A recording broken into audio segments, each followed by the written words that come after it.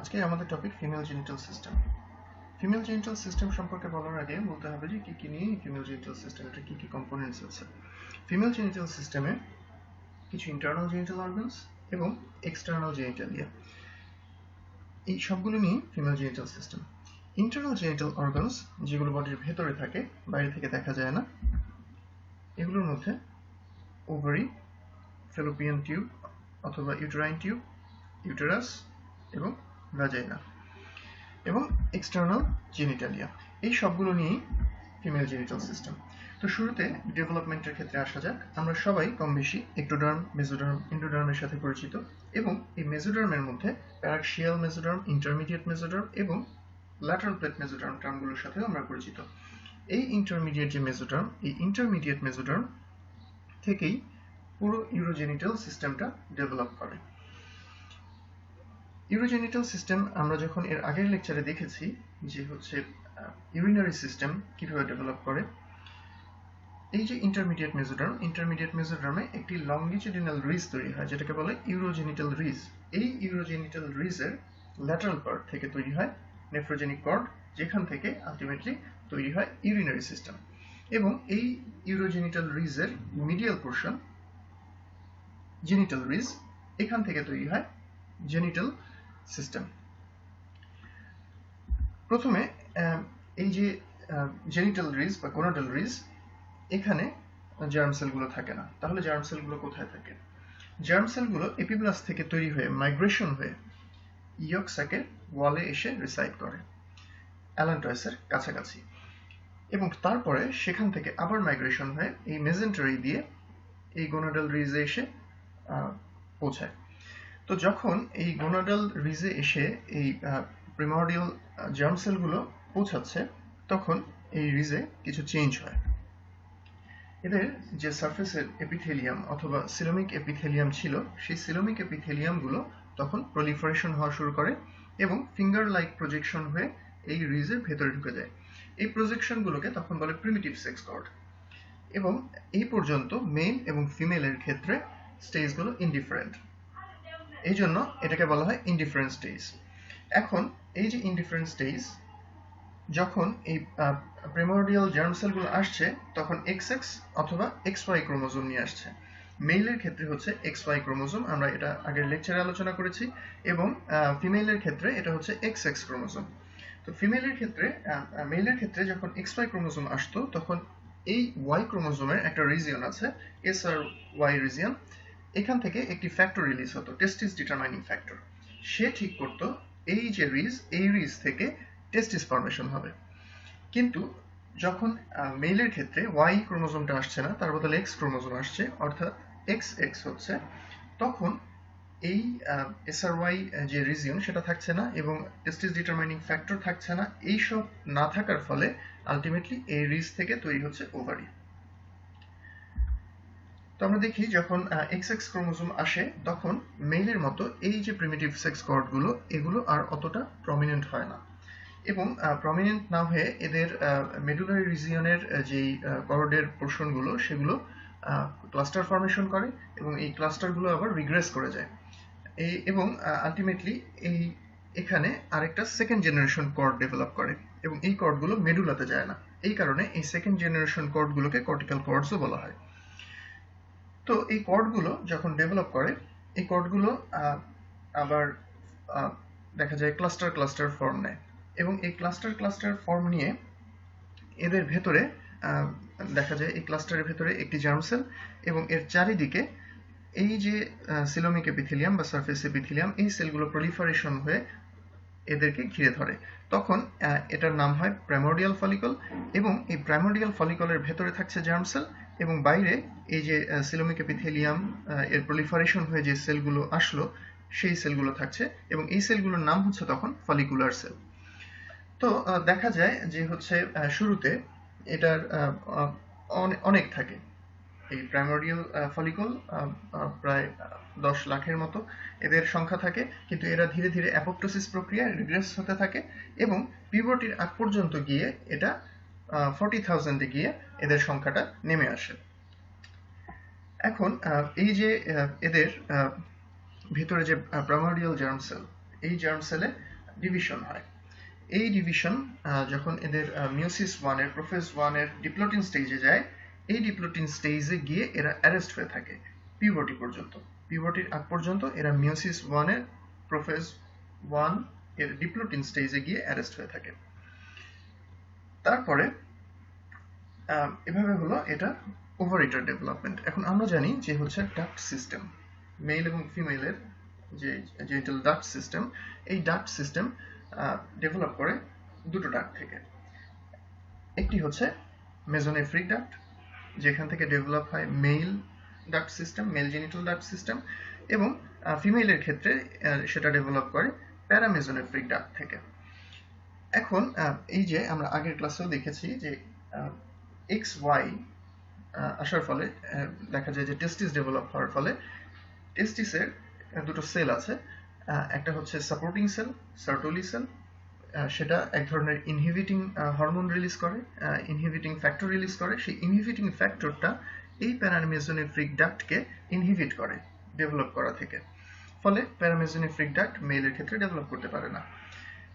এবং Leydig cell, টেস্টিসের Leydig cell testosterone secretion করে, যেটা মেসোনেফ্রিক ডাক্টকে স্টিমুলেশন দেয়, ফলে মেলের ক্ষেত্রে এই মেসোনেফ্রিক ডাক্ট থেকে ডাক্ট সিস্টেম ডেভেলপ করে। কিন্তু ফিমেলের ক্ষেত্রে জিনিসটা উল্টা। ফিমেলের ক্ষেত্রে এখানে এই মেসোনেফ্রিক ডাক্টকে কেউ স্টিমুলেশন দিচ্ছে না এবং এই প্যারামেসোনেফ্রিক ডাক্টকে কেউ ইনহিবিটও করছে না, ফলে ফিমেলের ক্ষেত্রে এই প্যারামেসোনেফ্রিক ডাক্ট থেকেই আলটিমেটলি টোটাল ট্র্যাক্টটা তৈরি হচ্ছে। তাহলে আমরা দেখি যে প্যারামেসোনেফ্রিক ডাক্টটা কিভাবে ডেভেলপ করছে। এখানে এই যে সিলোমিক এপিথেলিয়াম, এই সিলোমিক এপিথেলিয়ামের একটা ভার্টিক্যাল ইনভ্যাজিনেশনের মাধ্যমে এই প্যারামেসোনেফ্রিক ডাক্টটা তৈরি হয়।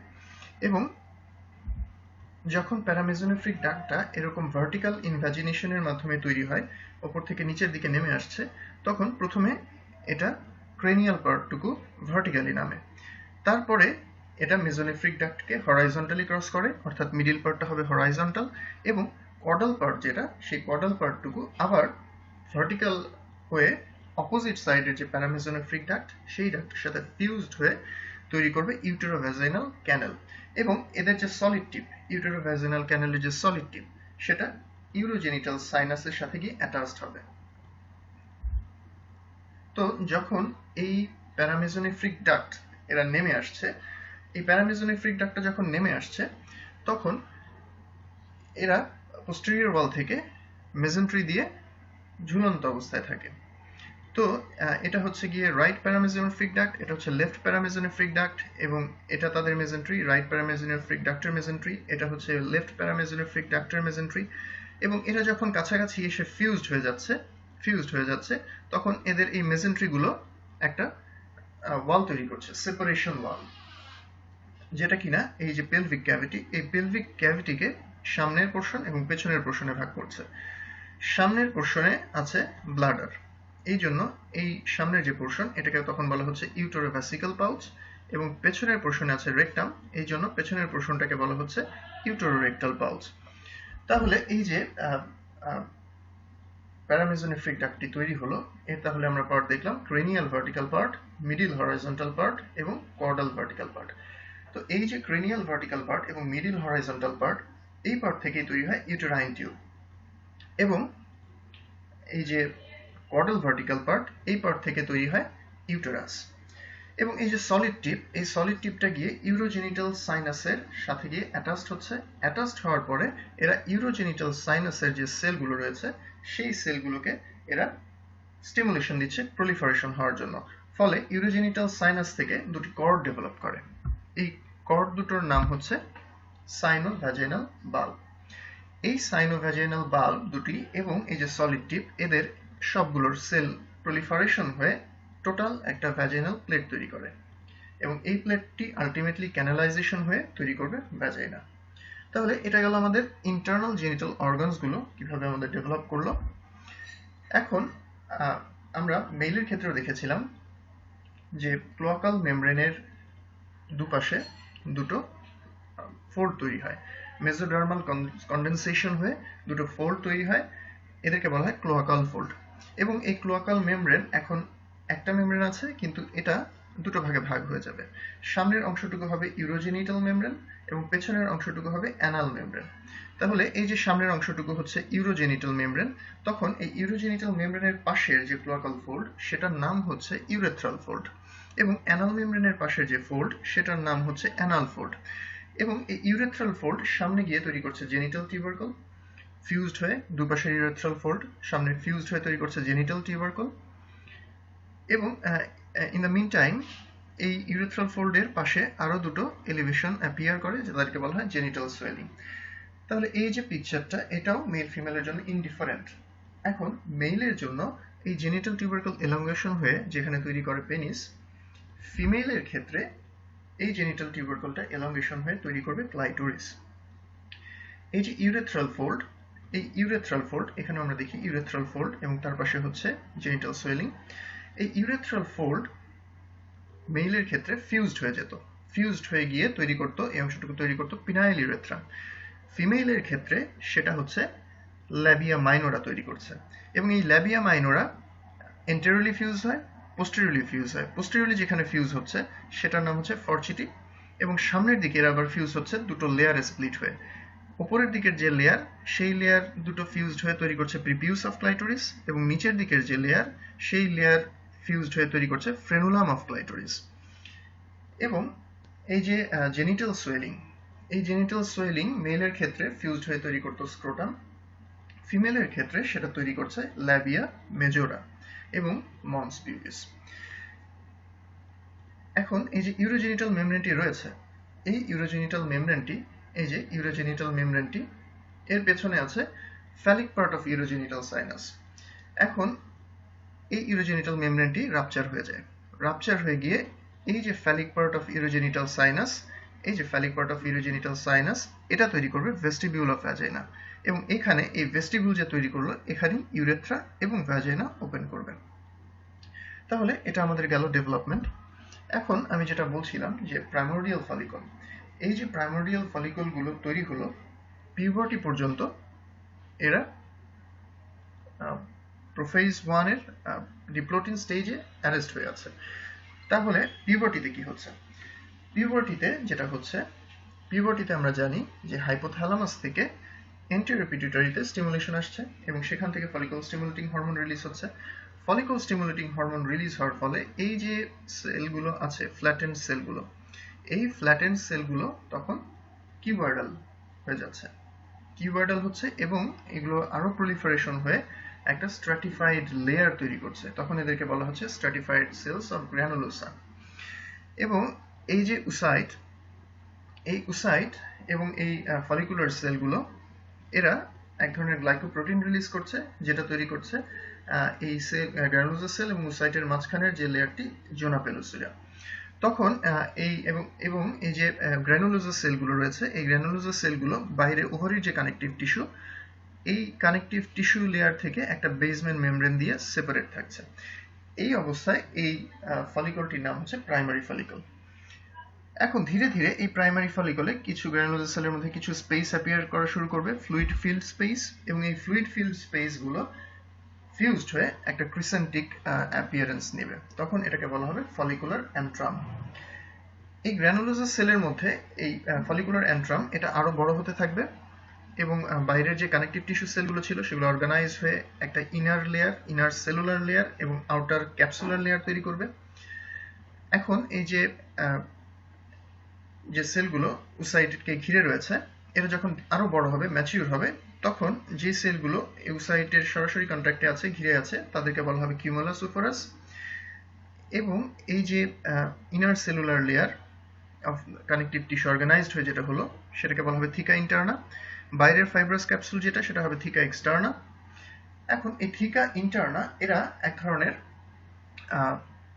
হরমোন রিলিজ করে, অ্যান্ড্রোস্টেনিডিয়াম, এবং এই গ্র্যানুলোসা সেল এই অ্যান্ড্রোস্টেনিডিয়ামকে কনভার্ট করে তৈরি করে ইস্ট্রোজেন। তো যখন ইস্ট্রোজেন তৈরি হবে, তখন এই ইস্ট্রোজেন পিটুইটারি থেকে লুটিনাইজিং হরমোন সেক্রেশনকে স্টিমুলেশন দিবে। তো লুটিনাইজিং হরমোন সেক্রেশন হতে হতে একটা পর্যায়ে গিয়ে লুটিনাইজিং হরমোন সেক্রেশনের একটা র্যাপিড ইনক্রিজ হবে, একটা তখন এই টার্মটাকে আমরা বলবো লুটিনাইজিং হরমোন সার্জ। হঠাৎ করে লুটিনাইজিং হরমোনের সেক্রেশনটা অনেক বেড়ে যাবে এবং সেই সময়টাতেই হবে ওভুলেশন, অর্থাৎ এই যে ম্যাচিউর ফলিকলটা সেটা ওভারি থেকে বের হয়ে আসবে। তো বের হয়ে আসলে যেটা হবে যে হচ্ছে এই যে ওসাইট এবং তার আশেপাশের কিউমুলাস ওফারাস সেল নিয়ে বের হয়ে আসলো, ভেতরে ওভারিতে থেকে গেল ভেতরের এই কিছু গ্র্যানুলোজা সেল এবং বাইরের এই থিকা ইন্টারনা। তো এই সেলগুলো পরে লুটিন সেলে কনভার্ট হবে। লুটিন সেলে কনভার্ট হলে তখন এই স্ট্রাকচারটির নাম হবে কর্পাস লুটিয়াম। এই কর্পাস লুটিয়ামটি পরে প্রোজেস্টেরন সেক্রেশন করবে। তাহলে আমরা দেখলাম যে এই যে ওভুলেশন হলো, লুটিনাইজিং হরমোন সার্জ এর যে সময়টাতে ওভুলেশনটা হলো, তার আগে এই যে ওভারিয়ান ফলিকল, এই ওভারিয়ান ফলিকল রিলিজ করছিল ইস্ট্রোজেন। ওভুলেশন হলো, এরপরে তৈরি হলো corpus luteum. Corpus luteum secretion করছে প্রোজেস্টেরন। তাহলে ওভুলেশনের আগে যে স্টেজ, প্রি ওভুলেটরি স্টেজ, সেখানে প্রমিনেন্ট হরমোন হচ্ছে ইস্ট্রোজেন, এবং ওভুলেশনের পরের যে স্টেজ, কর্পাস লুটিয়াম সেক্রেশন করছে প্রোজেস্টেরন, এখানে প্রমিনেন্ট হরমোন হচ্ছে প্রোজেস্টেরন। ইউটেরাইন টিউবের আমরা যদি দেখি দুটো ওপেনিং আছে। এই ইউটেরাইন টিউবের এখানে এটা হচ্ছে অ্যাবডোমিনাল ওপেনিং, অ্যাবডোমেন ওপেন করেছে, এবং এটা হচ্ছে অ্যাবডোমিনাল অস্টিয়ামও বলা হয়। এটা ইউটেরাইন ক্যাভিটিতে ওপেন করেছে অথবা ইউটেরাইন অস্টিয়ামও বলা হয় এই কারণে। এবং এর কিছু পার্ট আছে। এই যে অংশটুকু, এই অংশটুকু ফানেল শেপড বলে, এর নাম হচ্ছে ইনফান্ডিবুলাম। এবং তারপরে যে অংশ সেটা সবচেয়ে লংগেস্ট রিজিয়ন হচ্ছে অ্যাম্পুলা, এবং এটার ইম্পর্টেন্স হচ্ছে এখানে ফার্টিলাইজেশন হয়। এই যে অংশটুকু ন্যারো হয়ে গেছে, ন্যারো প্যাসেজ হয়ে গেছে, এই অংশটুকু হচ্ছে ইটমাস। এবং ইউটেরাইন ওয়ালের ভেতরে ইউটেরাইন টিউবের যে অংশটুকু সেটাকে বলা হয় ইন্ট্রামুরাল পার্ট। তো এই যে ইনফান্ডিবুলাম, এখান থেকে আবার কিছু ফিঙ্গার লাইক প্রজেকশন বের হয়েছে, তাদেরকে বলা হয় ফিমরিয়া। এখন আমরা যদি এটার হিস্টোলজিক্যাল স্ট্রাকচারটা দেখি ইউটেরাইন টিউবের, তাহলে আমরা দেখব যে এক্সটেন্সিভ ফোল্ডিং আছে এটার মিউকাস লেয়ারে, এবং এই কারণে লুমেনটা হচ্ছে ইরেগুলার। এই মিউকাস লেয়ারে লাইনিং হচ্ছে সিলিয়েটেড কলামনার এপিথেলিয়াম, তবে কিছু নন সিলিয়েটেড সেলও আছে। নন সিলিয়েটেড যে সেলগুলো সেগুলো হচ্ছে সেক্রেটিং সেল। এখন এই যে ইউটেরাইন টিউব, এই ইউটেরাইন টিউবে স্পার্ম আসে, ওসাইট আসে, তাদের ফার্টিলাইজেশন হয়, তাদের নিউট্রিশনের প্রয়োজন হয়। এই নিউট্রিশন সাপ্লাই দেওয়ার জন্য এই সেক্রেটরি সেলের দরকার আছে। আর যে সিলিয়েটেড কলামনার যে সিলিয়া, এরা সিলিয়ারি বিট তৈরি করে, ফলে এদের মুভমেন্টে এই যে স্পার্ম, ওসাইট এবং ফার্টিলাইজেশন হচ্ছে, এদের মুভমেন্টে এরা হেল্প করে। এই মিউকোজাল ফোল্ড যে তৈরি করেছে মিউকাস লেয়ার, এর বাইরে আমরা দেখতে পাচ্ছি মাসল লেয়ার, ইনার সার্কুলার এবং আউটার লংগিটিউডিনাল। এই মাসল লেয়ারের পরে আমরা সেরোসাল লাইনিং দেখতে পাচ্ছি। তো এটা হচ্ছে এদের হিস্টোলজিক্যাল স্ট্রাকচার। ইউটেরাস, ইউটেরাসের মধ্যে আমরা এর পার্টগুলো দেখি। এখানে যেখানে ইউটেরাইন টিউব ওপেন করেছে এবং ইউটেরাইন ক্যাভিটির উপরে যে অংশটুকু ইউটেরাসের, সেটা হচ্ছে ফান্ডাস। তার মানে ফান্ডাসের মধ্যে ইউটেরাইন ক্যাভিটির কোনো পার্ট নেই। এবং এই ফান্ডাসের নিচে থেকে শুরু করে এই যে এখানে ইন্টারনাল অস, এই পর্যন্ত যে অংশটুকু ইউটেরাসের, সেটা হচ্ছে বডি অফ দ্য ইউটেরাস, এবং এই বডি অফ দ্য ইউটেরাসেই থাকবে টোটাল ইউটেরাইন ক্যাভিটি। এই ইন্টারনাল অস থেকে শুরু করে এক্সটার্নাল অস পর্যন্ত এই টোটাল অংশটুকু হচ্ছে সার্ভিক্স। এখন আমরা দেখতে পাচ্ছি যে সার্ভিক্সের কিছু অংশ ভ্যাজাইনার ভিতরে ঢুকে গেছে এবং কিছু অংশ ভ্যাজাইনার উপরে। যে যতটুকু অংশ এই ভ্যাজাইনার ভিতরে ঢুকে গেছে সেটা হচ্ছে vaginal portion of the cervix, এবং যতটুকু অংশ বাইরে উপরে রয়ে গেছে সেটা হচ্ছে সুপ্রাভ্যাজাইনাল পোর্শন অফ দ্য সার্ভিক্স। এগুলো গেল ইউটেরাসের পার্ট। এখন ইউটেরাস নর্মালি একটা পজিশন মেনটেন করে থাকে। যখন ব্লাডার এমটি থাকে, রেকটাম এমটি থাকে, তখন এটা যে নর্মাল পজিশনটা মেনটেন করে থাকে সেটাকে বলা হয় এন্টিভার্সন এবং এন্টিফ্লেকশন। তাহলে এই এন্টিভার্সন এন্টিফ্লেকশন জিনিসটা কি? এই যে এখানে আমরা দুটো অ্যাঙ্গেল দেখতে পাচ্ছি, একটা হচ্ছে এ বি সি অ্যাঙ্গেল অর্থাৎ এ অ্যাঙ্গেলটা, আরেকটা হচ্ছে বি সি ডি অ্যাঙ্গেল অর্থাৎ এ অ্যাঙ্গেলটা। এবিসি অ্যাঙ্গেল আমরা দেখতে পাচ্ছি অলমোস্ট 90 ডিগ্রি, এবং বিসিডি অ্যাঙ্গেল আমরা দেখতে পাচ্ছি অলমোস্ট 125 ডিগ্রি। এখন এবি এটা আসলে হচ্ছে ভ্যাজাইনার এক্সিস এবং বিসিটা হচ্ছে সার্ভিক্সের এক্সিস। তাহলে ভ্যাজাইনার এক্সিস এবং সার্ভিক্সের এক্সিসের মধ্যে যে অ্যাঙ্গেলটা অলমোস্ট 90 ডিগ্রি, এই অ্যাঙ্গেল যে পজিশনটা মেনটেন করে রাখছে সেটাকে আমরা বলছি এন্টিভার্সন। এবং বিসি এটা হচ্ছে সার্ভিক্সের এক্সিস এবং সিডি হচ্ছে ইউটেরাসের বডির এক্সিস। তাহলে সার্ভিক্সের এক্সিস আর ইউটেরাসের বডির এক্সিসের মাঝের যে অ্যাঙ্গেলটা অলমোস্ট 125 ডিগ্রি, এটা এই অ্যাঙ্গেলটা যে পজিশনটা মেনটেন করে রাখছে সেটাকে আমরা বলছি এন্টিফ্লেকশন। এখন এই পজিশনটার কিছু ইম্পর্টেন্স আছে, সেগুলো আমরা পরে আলোচনা করব।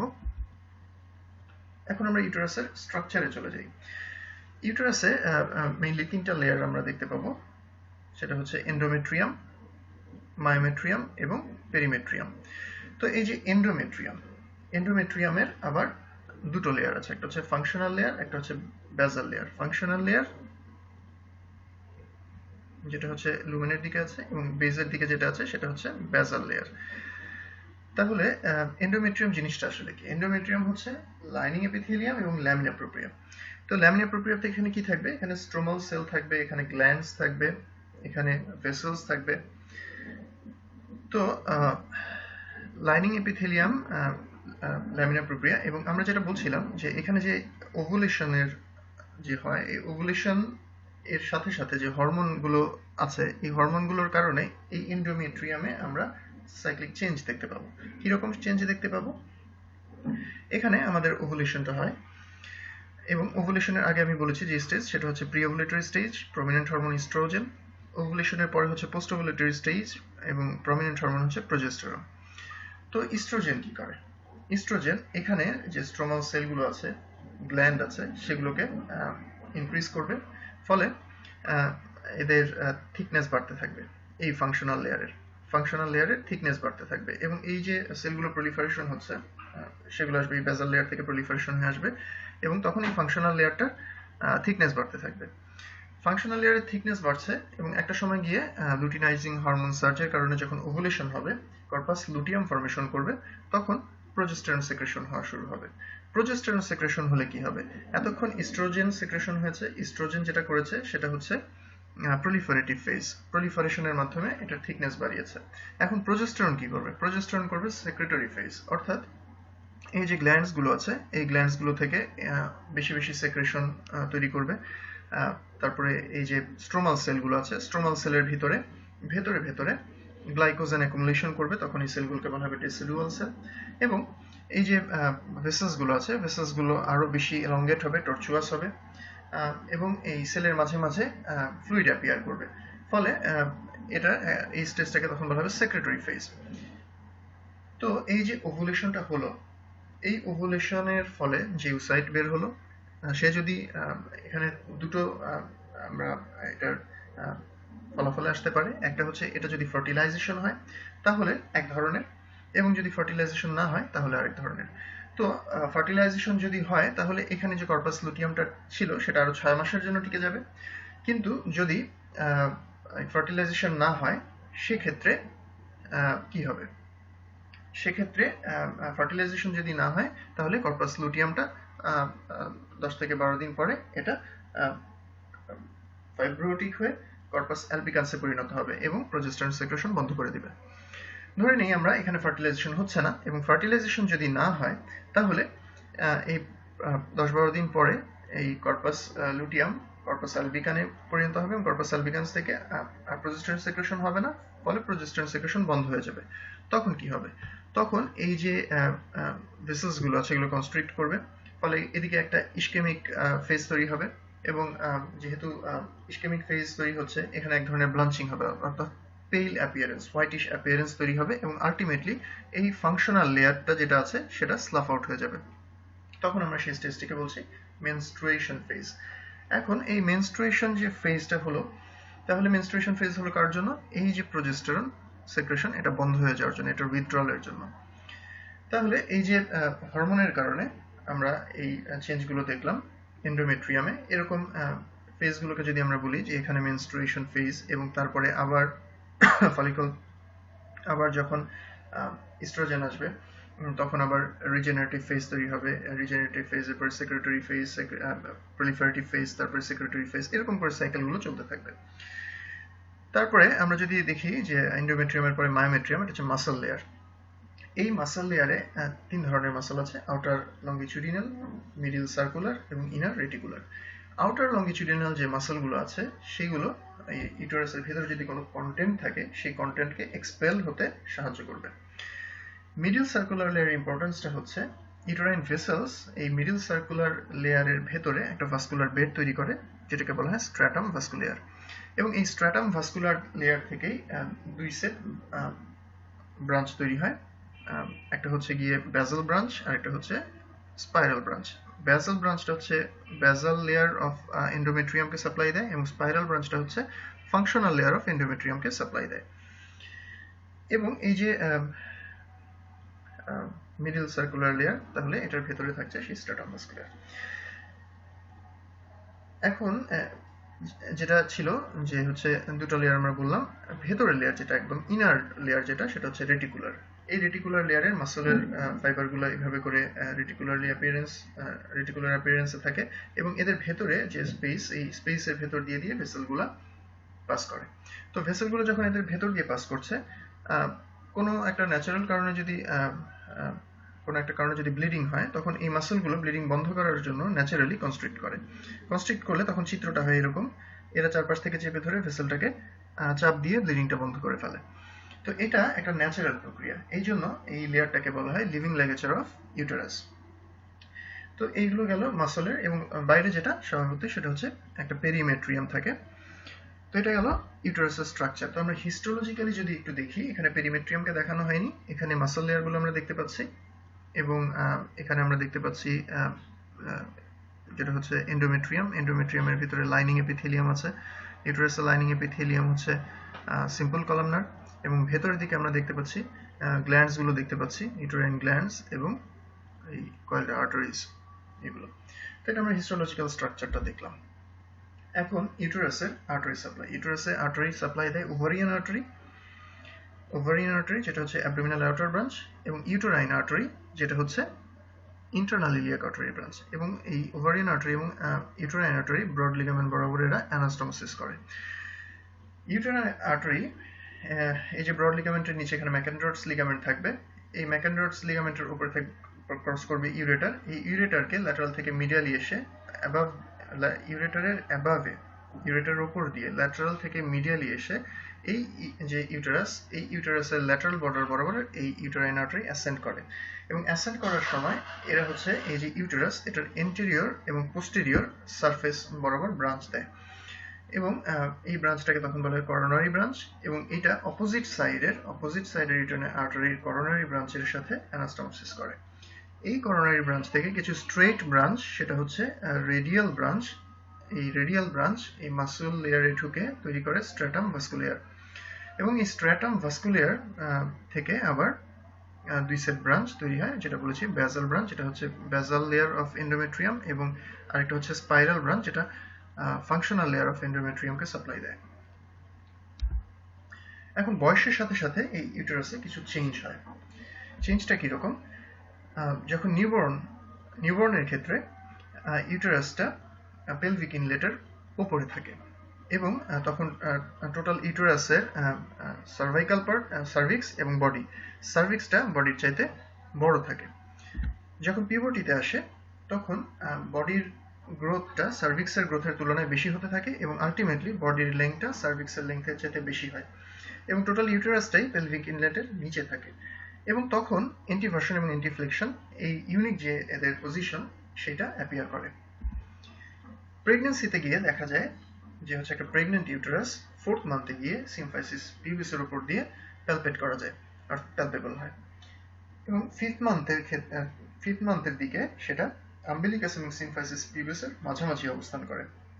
6 মান্থে গিয়ে সেটা চলে আসে আম্বিলিকাস বরাবর, এবং 7 মান্থে আম্বিলিকাস এবং জিফিস্টার্নামের মাঝামাঝি চলে আসে। 8 মান্থে গিয়ে এটা জিফিস্টার্নামের কাছাকাছি চলে যায়। মেনোপজের ক্ষেত্রে ইউটেরাসটা হয় একদম ফাইব্রোটিক হয়ে যায়, এবং এদের ভেতরে যে অসগুলো ছিল ইন্টারনালস, এক্সটার্নালস, এরা অবলিটারেটেড হয়ে যায়। তো এইগুলো হচ্ছে এদের বয়সের সাথে সাথে এই চেঞ্জগুলো হয়। এখন ইউটেরাসটা আমরা জানি যে নর্মালি যখন এরকম একটা ইন্টিভার্টেড ফ্লেক্স পজিশনে থাকে, তো এই যে ইন্টিভার্সন, ইন্টিফ্লেকশন, এই পজিশন এটা যদি না থাকতো, যদি ইউটেরাসটা এরকম হতো, অর্থাৎ এটার লং এক্সিস এবং ভ্যাজিনার লং এক্সিস একই সাথে থাকতো, তাহলে কোনো একটা প্রেসারে এই ইউটেরাসটা এই ভ্যাজিনা দিয়ে বাইরে ডিসেন্ট হয়ে বাইরে চলে আসার একটা টেন্ডেন্সি থাকতো। তো এটাকে প্রিভেন্ট করার জন্য ইউটেরাসে কিছু সাপোর্টের দরকার হয়। এই সাপোর্টগুলো দেয় হচ্ছে মাসল, লিগামেন্টস এবং সারাউন্ডিং স্ট্রাকচার, সারাউন্ডিং ভিসেরা। তো আমরা প্রথমে দেখি যে হচ্ছে কিভাবে মাসল এটাকে সাপোর্ট দেয়।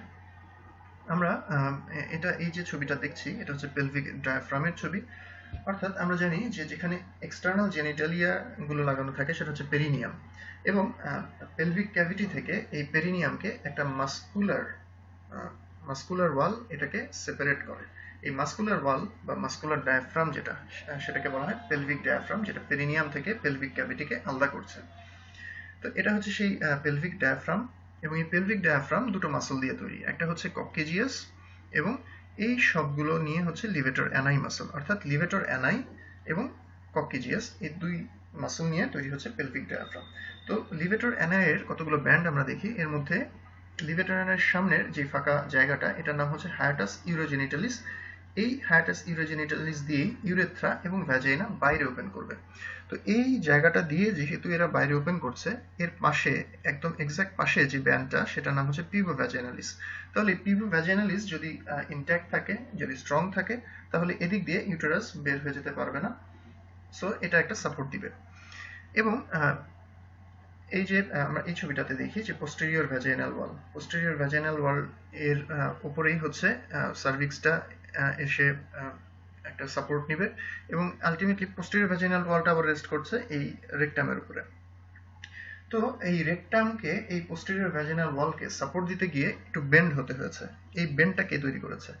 এই যে এখান থেকে সামনে থেকে যে টান দিয়েছে যে স্লিংটা, পিউবোরেক্টাল স্লিং, এই যে এখানে আমরা দেখি পিউবোরেক্টাল স্লিং, পিউবোরেক্টালিস মাসল, এটা একটা স্লিং এর মতো করে এটাকে সামনের দিকে টান দিয়েছে, ফলে রেকটামটা সামনের দিকে বেন্ড হয়ে এই পোস্টেরিয়র ভ্যাজাইনাল ওয়াল যেটা, সেটাকে সাপোর্ট দিয়েছে।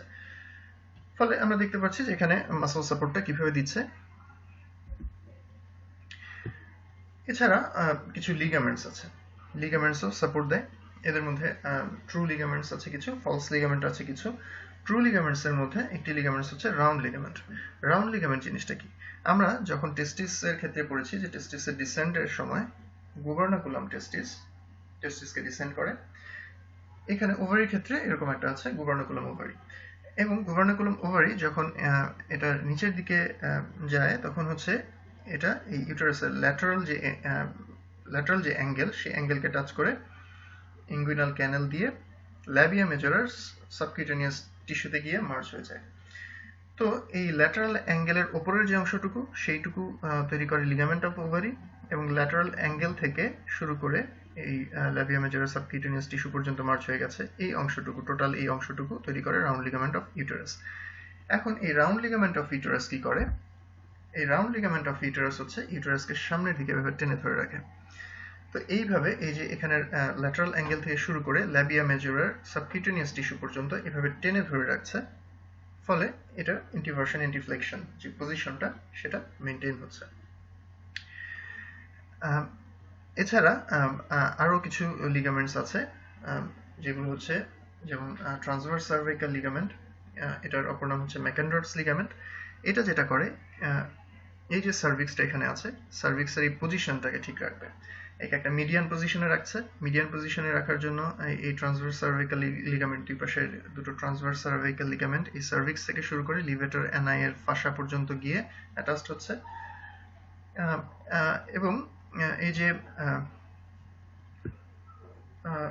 এটার যে রাউন্ড লিগামেন্টের যে এটার ইন্টিভার্সন ইন্টিফ্লেকশনটা ঠিক রাখছিল পজিশনটা, এটাতে এদের এই যে এখানে ইউটেরোস্যাক্রাল লিগামেন্ট, এই ইউটেরোস্যাক্রাল লিগামেন্ট এই সার্ভিক্সটাকে পেছন থেকে টেনে ধরে ঠিক রাখে। অর্থাৎ এই যে রাউন্ড লিগামেন্ট এই ইন্টিভার্সন ইন্টিফ্লেকশনটাকে মেনটেন করছে, এটাতে একটা সিনার্জিস্টিক ইফেক্ট দেয়, অর্থাৎ সহযোগিতা করে ইউটেরোস্যাক্রাল লিগামেন্ট পেছন দিক থেকে টেনে ধরে এই ইউটেরাস থেকে শুরু করে এই স্যাক্রাম পর্যন্ত ইউটেরোস্যাক্রাল লিগামেন্ট। তো এটা যাতে আবার বেশি টান দিয়ে না ফেলে, এই জন্য আবার একটা কাউন্টার লিগামেন্ট দিয়ে সামনের দিকে একটা ট্রাকশন দেওয়া হয়েছে, যেটা হচ্ছে এই পিউবিক সিম্ফাইসিস থেকে শুরু করে সার্ভিক্স পর্যন্ত। এই জন্য এটার নাম হচ্ছে পিউবোসার্ভাইকাল লিগামেন্ট, যেটা এই ইউটেরোস্যাক্রাল লিগামেন্টকে কাউন্টার করছে। তাহলে এই যে এই লিগামেন্টগুলো, এগুলো সবগুলো হচ্ছে ট্রু লিগামেন্ট এবং এরা এক ধরনের সাপোর্ট দিচ্ছে। তো এই যে ট্রু লিগামেন্ট আমরা জানি, আমরা এর কিছু ফলস লিগামেন্টও আছে। তো আমরা ফলস লিগামেন্টগুলো আমরা সাধারণত জানি যে পেরিটোনিয়ামের ফোল্ডিং হয়ে ফলস লিগামেন্টগুলো তৈরি হয়। তো এদের মধ্যে সবচেয়ে বড় যেটা ফলস লিগামেন্ট সেটার নাম হচ্ছে ব্রড লিগামেন্ট। এই ব্রড লিগামেন্ট যখন এই যে আমরা দেখছি চিত্রটা, এটা হচ্ছে সুন্দর একটা চাদর ফেলে দিলে যেরকম করে ঘিরে ধরবে সবগুলো স্ট্রাকচারকে, সেরকম। তো এই ব্রড লিগামেন্টের কিছু সাবডিভিশন আছে।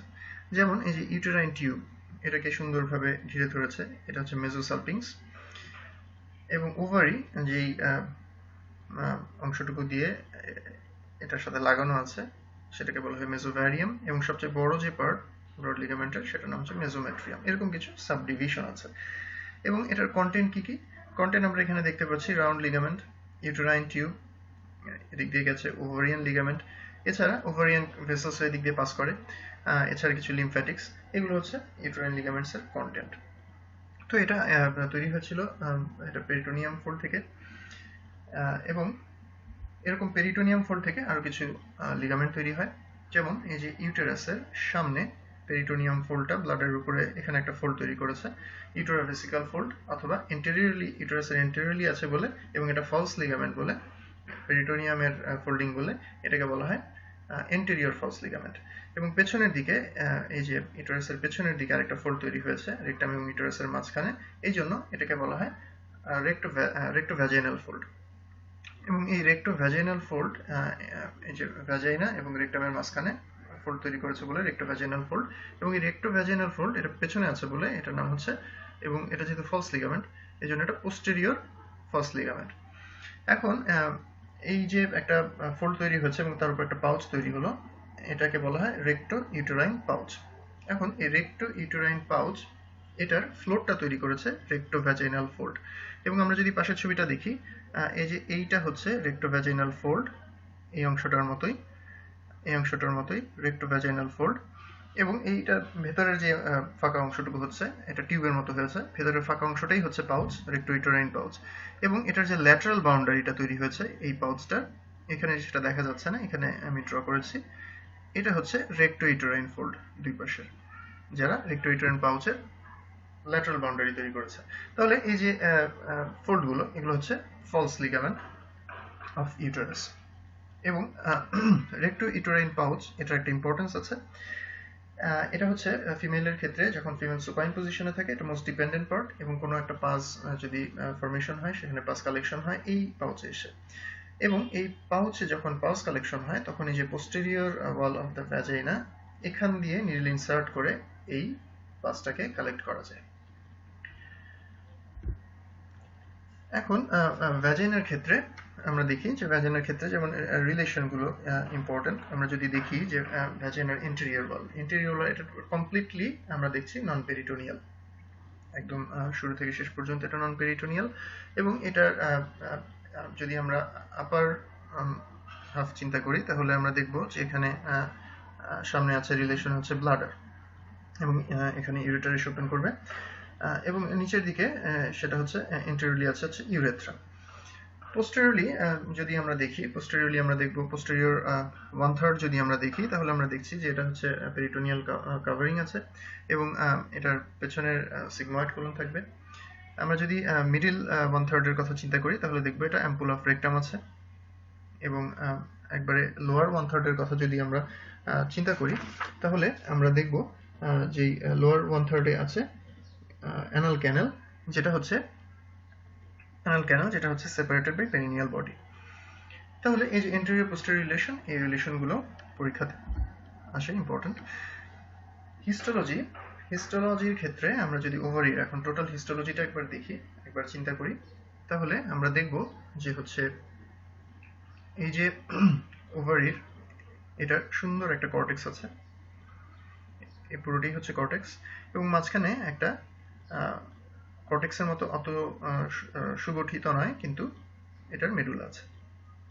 এখানে কর্টেক্সটাই হচ্ছে ওয়েল ডিফাইন্ড, এবং কর্টেক্সের মধ্যে আমরা দেখতে পাচ্ছি একদম প্রাইমোর্ডিয়াল ফলিকল থেকে শুরু করে এই যে ম্যাচিউর ফলিকল, মানে সব স্টেজের ফলিকলগুলো কর্টেক্সে দেখা যাবে। সাথে আমরা কর্পাস লুটিয়াম দেখতে পাচ্ছি, কর্পাস অ্যালবিকান্স দেখতে পাচ্ছি, আর মেরুলাতে যেগুলো আমরা দেখব সেগুলো হচ্ছে ভেসেলস। এবং এই ওভারির যে লাইনিং, সেই লাইনিংটা হচ্ছে একটা জার্মিনাল এপিথেলিয়াম। মেইলের ক্ষেত্রে আমরা বলেছিলাম জার্মিনাল এপিথেলিয়াম হচ্ছে দুটো সেল দিয়ে হয়, একটা হচ্ছে সাপোর্টিং সেল অথবা সার্টুলি সেল এবং স্পার্মাটোজেনিক সেল। কিন্তু এইখানে ফিমেলের ক্ষেত্রে জার্মিনাল এপিথেলিয়াম মানে হচ্ছে একটা সিঙ্গেল লেয়ার কিউবয়েডাল সেল। তো এটাই ছিল আজকের আলোচনা। সবাইকে ধৈর্য সহকারে শোনার জন্য ধন্যবাদ।